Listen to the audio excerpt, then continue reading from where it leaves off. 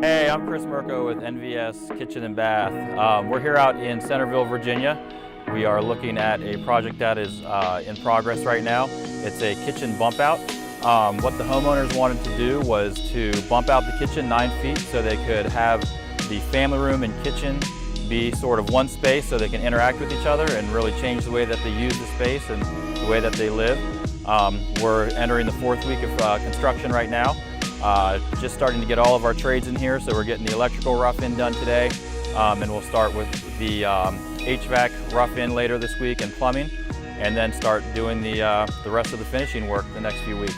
So the homeowners were looking to bring their family room into the kitchen so they could have more of one big space. They have young kids, so they like to be able to see what the kids are doing while they're in the kitchen, as well as to be able to look out into the pool area.